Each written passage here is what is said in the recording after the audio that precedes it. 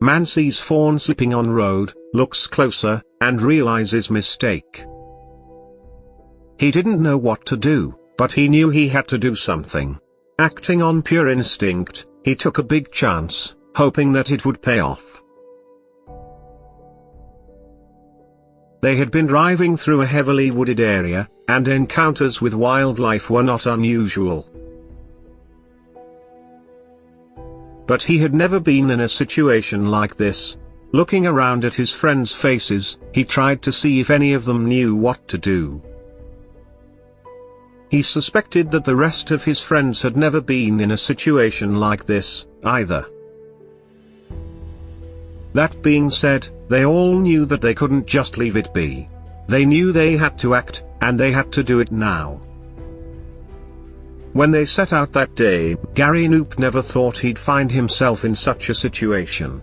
Despite having lived in a rural community for a long time, neither he nor his friends had any idea of what they were about to face. The road they were driving on rarely had any traffic as it bordered the woods. They were chatting and having a good time. Then, suddenly, Gary slammed on the brakes. Gary's friends, bewildered by the sudden halt, scolded him for such jarring action. And then they saw it. Their first thought was that it was an animal that had been hit by a car. There was a small, brown lump in the middle of the road.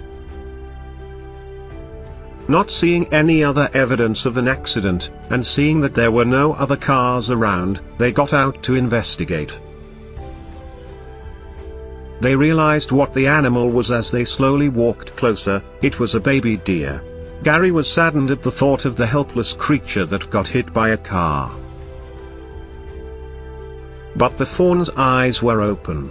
Something wasn't right. Its legs were in a strange position around its body, collapsed, like it had tried to make itself look smaller.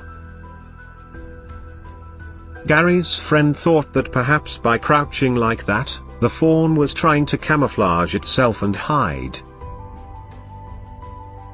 Judging by the creature's size, another real possibility was pointed out by someone else. It had probably been born just minutes before. Then they saw it breathe and reached the conclusion that the fawn was unharmed and healthy. But either way, they knew that they couldn't just go on their merry way and leave it there. One of the guys said, "I think we should leave it alone." But Gary, afraid that another driver might not see it and run it over, had an idea. "I'll just go up there and park my truck sideways and wait until it gets up," he explained. While they were wondering how long they would have to guard the fawn against the menacing road, they heard a rustling sound coming from behind. Turning toward the woods, the men saw that there, peering at them from behind the foliage, was an adult deer. Realizing that it must be the fawn's mother, Gary felt relief knowing the deer had a chance for survival now that at least he knew it hadn't been abandoned. Knowing that they had to figure out a way of getting it out of the road, one of the guys made a decision.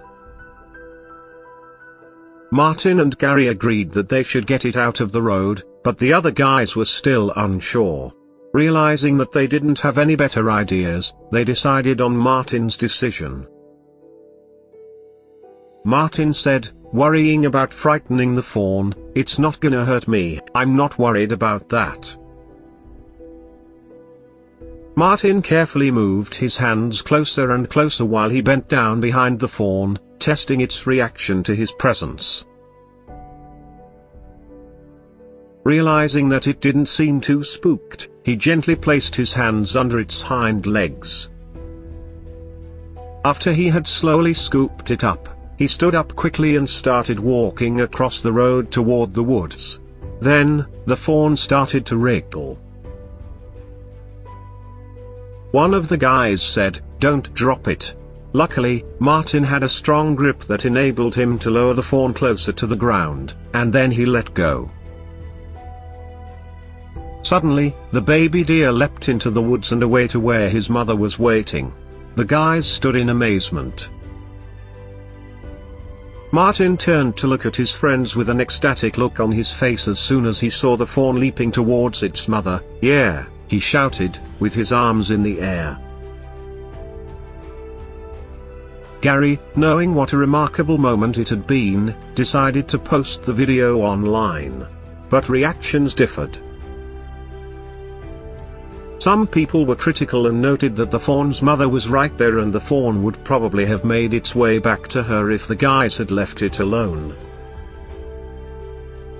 However, most people praised Martin's actions for helping save the baby deer. Gary's video of the incident has since been viewed over 5 million times. The lingering human scent on a fawn could cause their mothers to reject them, so wildlife experts generally advise against touching baby deer. The Washington Department of Fish and Wildlife recommends that, if you must handle them, you rub an old towel in the grass and wipe the fawn to remove human scent afterward.